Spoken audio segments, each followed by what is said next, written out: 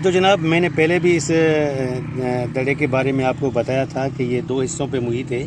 جو بڑے حصے ہیں 2، وہ باقی جو چھوٹے چھوٹے حصے ہیں ان کے پارٹس، ان کے بارے میں یہاں کے لوگوں کا کہنا ہے کہ وہ ان کے متر تھے، یعنی ان کے اپنے رشتہ دار تھے. یہ جو بڑے والا جو یہاں پہ رہتا تھا راجہ مہاراجہ، یہ ان کے متر تھے جو قریبی رہتے تھے یہاں پر. یہ یہاں کے لوگوں کا کہنا ہے. اور یہاں کے لوگ کہہ رہے ہیں کہ جب بارش پڑتی ہے تو لوگ جو ہیں، آس پاس کے لوگ یہاں پر آتے ہیں اور یہاں سے کچھ قیمتی جو ہیں وہ زیورات اور قیمتی جو ہیں وہ یہاں کے سکے جو رائج الوقت تھے اس وقت، کوئنس، وہ یہاں پہ ملتے ہیں اور لوگ جا کے بیچاتے ہیں بازار میں. یعنی یہ یہاں کے لوگ بتا رہے ہیں مجھے. ٹھیک ہے، یعنی میں نے خود جو یہاں کا جائزہ لیا ہے، وہ مجھے اسے لگ رہا ہے کہ یہ موہنجو دڑو کی ہسٹری سے ملتا جلتا ہے. یعنی یہ یہاں کی جو تہذیب ہے، یعنی 5000 سال پرانی تہذیب ہے یہاں کی. جب یہاں کی ڈگنگ کی گئی تھی تو ان سے پتہ چلتا ہے، یعنی اس کو جب کھودا گیا تھا تو معلوم ہوا کہ یہ اسی سن سے بھی پہلے کی تہذیب ہے یہاں. یعنی اتنی پرانی یہ تہذیب رکھتا ہے یہ شہر. ایک کتاب تھی ڈکشنری آف آرکیولوجی، اس کے جو مصنف تھے اس نے اپنی کتاب میں لکھا ہے کہ یہ جو جھوکر کا دڑا ہے یہ پتھر کے زمانے کی آخری نشانی ہے. یعنی سندھو ماتھری کی تہذیب جو تباہ ہوئی تھی اس کے ساتھ جو ہے یہ شہر اس نے جنم لیا تھا. موہنجو دڑو کی جو تہذیب ہے، یعنی سندھو ماتھری کی تہذیب، وہ اور یہ ایک دوسرے کا تسلسل ہے. کچھ ہمارے تاریخ کے جو کتاب ہیں ان کے اوراق میں یہ لکھا گیا ہے کہ ایک بادشاہ تھا دلبرا، جو سندھی تھا، یعنی سومرو تہذیب سے تعلق رکھتا ہے. اس نے اپنا خزانہ یہاں پہ دفنانے کے لیے اس شہر کو آباد کیا تھا. اپنے نام کیا بتایا اس بادشاہ؟ دلبرا، جو سومرو تھا.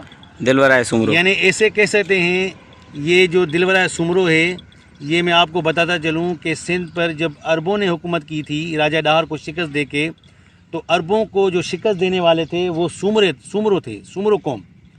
تو یہ اس وقت کی بات ہے.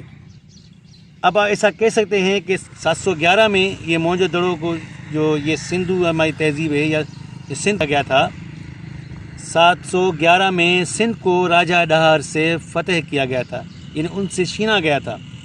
وہ محمد بن قاسم تھے جس نے چھینا تھا. تو آپ اندازہ لگا سکتے ہیں کہ 300 سال کے بعد جب عربوں کی حکومت ختم ہوئی تو یہاں پر سومروں کی حکومت کا جو ہے وہ جنم ہوا. یعنی ان کی دور حکومت کا جو ہے وہ آغاز ہوتا ہے. اندازہ ہے 1100 سال پہلے ایک دلبرا ایک بادشاہ تھا جو سومرو تھا. یہ کتابوں میں یہ ملتا ہے کہ اس نے یہاں پہ اپنا ایک خزانہ دفنایا تھا. تو اس کو مد نظر رکھتے ہوئے کچھ لوگ جب بارشیں ہوتی ہیں تو یہاں پہ آتے ہیں، کچھ نہ کچھ چیزیں ڈھونڈ کے جاتے ہیں. جو ایک متھ ہے یا یہ جو تاریخ میں ملتا ہے، اس پہ ہم یقین نہیں کر سکتے، کیونکہ یہ جو ہے یہ تہذیب، یہ موہنجو دڑو کی تہذیب کی ایک تسلسل ہے. موہنجو دڑو 5000 سال قدیم ہے، تو یہ کیسے 1100 سال قدیم ہو سکتا ہے؟ تو یہ اس اندازے سے یا اس بنا پہ یہ غلط ہو سکتی ہے یہ جو تحریر کتابوں میں ملتی ہے. ناظرین، اس مٹی کے اس جو یہ ایک بڑا ذخیرہ ہے جو یعنی آپ کہہ سکتے ہیں کہ ایک دڑا، یہ ماؤنٹ آف مڈ جو ہے، یہ یعنی مٹی کا یہ جو بڑا ایک ماؤنٹ ہے، اس کی کھدائی کب ہوئی اس کے بارے میں کہا جاتا ہے کہ یہ تقریباً نہ جانے کتنی صدیوں تک یہ اپنے اوپر جو ہے یہ اپنی تہذیب اور تمدن کی چادر لپیٹے ہوئے خاموش تھا. مگر انگریز دور میں اس کی کھدائی ہوئی 1911 میں، یعنی 1911 میں. تو انگریز جو حکمران تھے انہوں نے اس کی کھدائی کروائی تھی. تو پتہ چلا کہ یہ موہنجو دڑو کی تہذیب کا ایک چھوٹا سا ورثہ، یعنی ایک چھوٹا سا حصہ وہ یہاں پہ ہمیں نظر آیا، جس نے ساری دنیا میں ایک دھوم مچا دی اور ایک ہلچل مچا دی. یہ وہ وقت تھا جب ایک طرف موہنجو دڑو کی تہذیب کی کھدائی جاری تھی اور دوسری طرف اس کی کھدائی 1911 میں ہو چکی تھی، مگر موہنجو دڑو کی جو مکمل کھدائی ہوئی وہ 1921 میں مکمل ہو چکی تھی۔ جان مارشل جو تھے انہوں نے اس کی کھدائی مکمل کی تھی موہنجو۔ تو ہمارے آرکیالوجی ڈپارٹمنٹ کے جو ماہرین تھے انہوں نے ان کا اور موہنجو دڑو کی تہذیب کا ایک موازنہ کیا، یعنی ان کو کیا کہتے ہیں کہ آمنے سامنے رکھ کے دونوں کا یعنی جائزہ لیا گیا، تو آخری یہ پتہ چلا، یعنی اس نتیجے پہ پہنچے کہ یہ دونوں تہذیبیں ایک دوسرے سے ملتی جلتی ہیں، کیونکہ جو چیزیں موہنجو دڑو سے ملی ہیں سیم ٹو سیم اسی طرح کی چیزیں جو ہیں وہ یہاں سے ملی ہیں۔ دوستو، اس کے بعد یعنی 2 جنوری 1928 کو آرکیالوجی سروے آف انڈیا نے ایک اپنے اسسٹنٹ سپرنٹینڈنٹ جو تھے این جی جمعدار، اس کو دڑے کی کھدائی کا کام سپرد کیا۔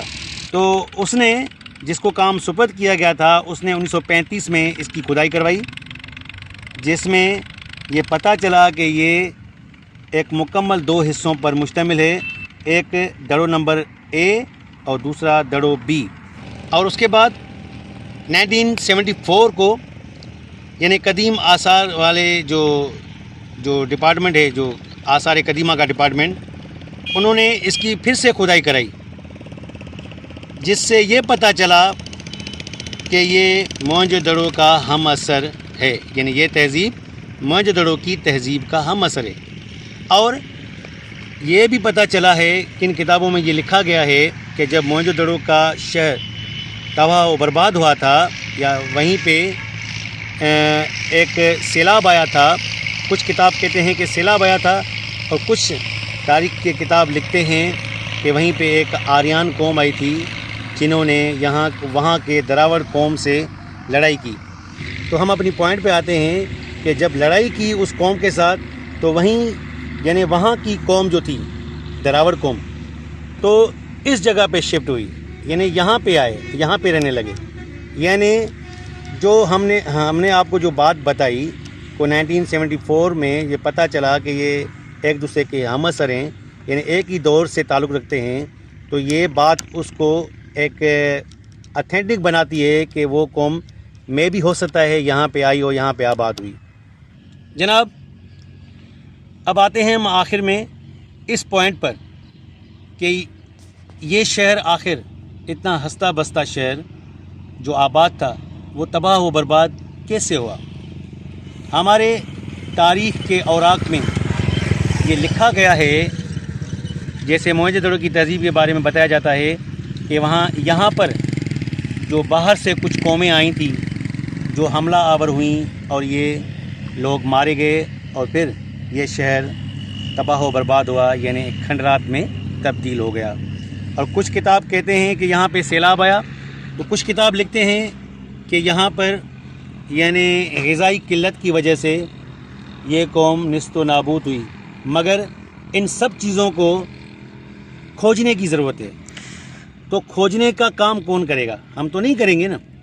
اس کے لیے ہماری گورنمنٹ آف پاکستان اور گورنمنٹ آف سندھ کو انیشیٹو لینا پڑے گا۔ تو مجھے امید ہے کہ اس دڑے کی کھدائی کا کام ہماری گورنمنٹ آف سندھ یعنی آرکیالوجی ڈپارٹمنٹ اور گورنمنٹ آف پاکستان کے جو آثار قدیمہ کے جو ڈپارٹمنٹس ہیں وہ اس کام کو سر انجام دیں گے اور اپنے قدیم ورثے کو دریافت کرنے کی کوشش کریں گے، کیونکہ جو اقوام اپنے قدیم ورثے کو بھول جاتی ہے اور اسے یاد نہیں رکھتی تو وہ قوم کبھی بھی خوشحال نہیں رہتی، اس کا جو ہے وجود صفحہ ہستی سے مٹ جاتا ہے۔ تو ناظرین، مجھے امید ہے کہ میں نے جو باتیں کی ہیں اس پہ عمل درآمد ضرور ہوگا اور میری یہ باتیں ہمارے ایوانوں تک پہنچیں گی۔ اور ہاں، اگر آپ نئے ہیں میرے چینل پہ تو سبسکرائب کریں اور بیل کے آئیکن کو آپ پریس کریں تاکہ ایسی معلوماتی ویڈیوز آپ کو وقت پر ملتی رہیں۔ مجھے دیجیے اجازت، کیمرہ مین آکاش لگائی کے ساتھ کسی اور جگہ پہ کسی تاریخی پلیس پہ ہم آپ سے ملیں گے۔ تب تک دیجیے اجازت. اللہ حافظ.